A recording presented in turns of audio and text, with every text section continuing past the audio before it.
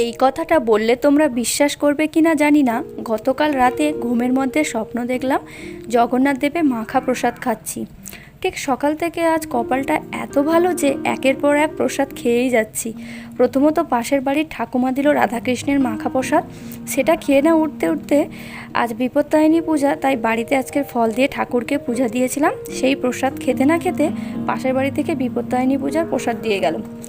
তারপরেই ঠিক বাবু এসে দীঘার জগন্নাথ দেবের মহাপ্রসাদ হাতে ধরিয়ে দিল, তাই সাথে সাথে প্যাকেটটা নিয়ে আগে জগন্নাথ দেবের দর্শনটা করে নিলাম।